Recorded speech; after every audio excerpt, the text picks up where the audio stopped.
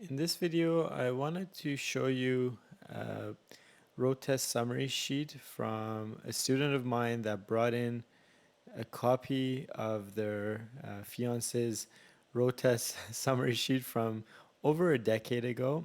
And this explainer sheet has changed or evolved over the years, but the concepts have not changed. And I thought it was very interesting just to see what um, the DMV suggests for appropriate driving uh, or places that need improvement in someone's driving. And so it's an explainer sheet of what things you need to be doing correctly as a driver. And so let's kind of just quickly go over these.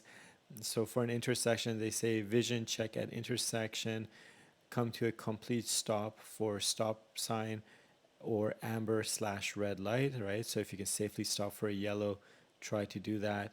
Stop in the correct position, respond safely to traffic lights, leave space before car in front, right? And it's so pretty cool. It's the same concepts we're still telling students years later. And then speed. So are you driving unevenly with your speed? Are you too fast, too slow? Left turns. So slow down when approaching intersections. Now, this again should be taken with a bit of grain of salt, right? So, yes, we do need to slow down when we're making a left turn, but this doesn't mean to drive overly slow. Appropriately timed signal. So, yeah, let people know in advance. Position vehicle for turn, right? So, how are we going to go into the intersection, right? So I think this is something that they've explained better over time. So you don't want to angle left for left turn. We need to come in straight and then take the turn. Scan the intersection left, center, right, and left again. So this is something we're still telling students to do, and show good sense of timing in deciding when to turn, right? So right now in the waiting position, is it okay for me to make this turn? Or is the oncoming traffic too close? Are there pedestrians using the crosswalk? What hazards would prevent me from making this turn right now? And then turn smoothly without braking during the turn, right? So um, do I need to make this turn really slow? No. What is an appropriate speed for a left turn? It depends on the size of this intersection. Generally 20-25 kilometers an hour when it's clear is a good speed for a left turn. And keep a correct lane position. Don't cut corners or steer wide, right? So when you're coming in to make this turn, you can't clip this center divide line, or you can't go wide and borrow some of this lane here.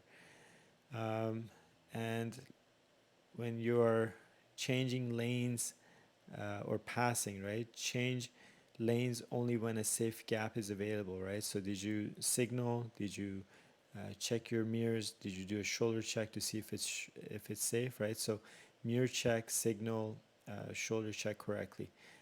These two have swapped around, or at least that's what we tell students is signal first, and then check your rear view mirror, your side mirror, and shoulder check prior to doing a lane change. And the reason we move the signal first is to let other people know of what we're intending to do. Then we're going to check to see if it's clear to do it. Maintain a good lane position, speed and space margins, right? So you don't want to be too close to the left or to the right, and make sure that when you're doing that lane change, you're maintaining a speed. So you don't want to suddenly slow down or speed up unnecessarily. And then check rear view mirror and use turn signal before returning to original lane, right? So let people know and check your mirrors. And this kind of ties into what we were just talking about here. And then center vehicle correctly in the new lane. Yes, of course, once we finish our lane change, we want to be nice and centered in that lane. Backing up, right? So turn around to look behind you 360 degrees, glancing forward occasionally when necessary. So now we tell students, okay, before you move the car in reverse, your 360 check needs to be done, and you need to be looking out the back window. So 80% of your attention out the back window, and occasionally you can glance at whatever else needs your attention. Maintaining good control and steering, right? So You don't want to suddenly rev the car on the way back, or start doing funny things with the steering wheel, right? So keep your hand at the 12 o'clock position on the steering wheel, your left hand on the 12 o'clock position on the steering wheel. Put your right hand behind the passenger seat so you can turn around and look out the back window. And here, coming up, entering traffic and parking at the side of the road, right? So again, signal, mirror check, shoulder check correctly before you angle your steering wheel to the right to pull over.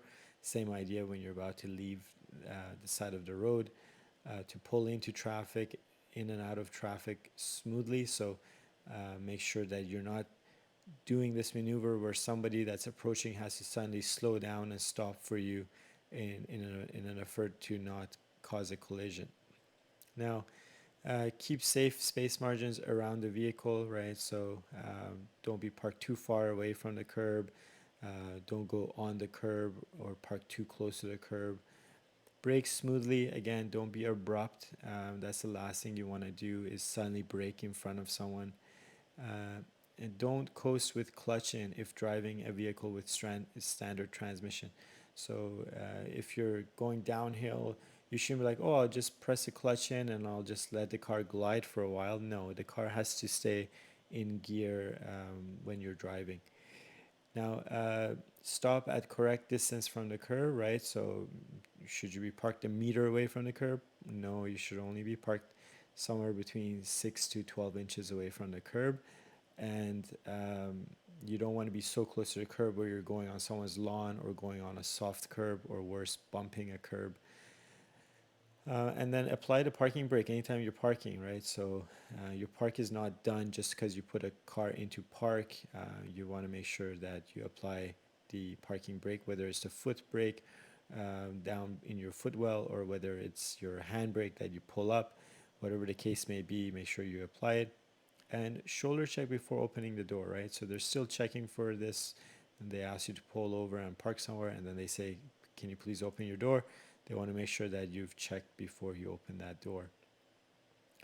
Turning right, so check your mirrors, appropriately time signals, position vehicle for turn, scan the intersection, left, center, right, and left again, and shoulder check, right? And so these are kind of uh, in a, I guess, somewhat of a random order. You should signal first, check your mirrors second, and of course shoulder check to the right prior to turn.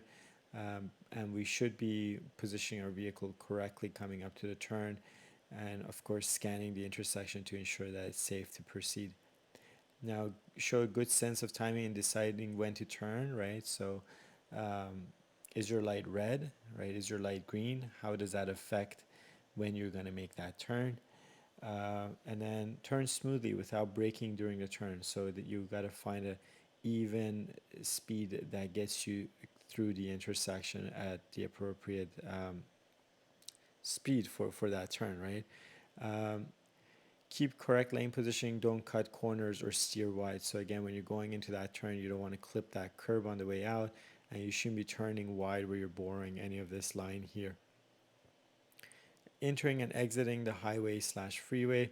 So scan the highway, freeway well ahead. Look and see what sign is posted. What is the speed limit?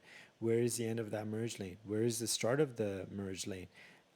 Do I need to merge with other traffic that are all heading up to the highway merge? What's going on ahead? Choose a safe gap and keep appropriate speed. Accelerate in the acceleration lane and reduce speed in the exit lane, right? So you want to make sure you get up to speed, up to the speed limit to match the flow of the traffic on the highway. And same idea, only starts reducing speed once you've left the highway and all four wheels have gone off the highway, then you can start slowing down. So um, all of these things stay true to this date, and they're going to hold true for decades from now after making this video. However, the way they explain it has changed a bit. I think now they've gotten into a lot more clear explanation, and this is, I guess, has evolved over time. But I just thought it was interesting to show you an older version of this sheet to see that, if you hear these things from an examiner and you're going, well, why are they being picky about this? This stuff has stayed the same for a long time. And in another video, I'll show you the marking sheet from the California DMV, and it's cool to see that they're referring to the same stuff here as ICBC did back in the day.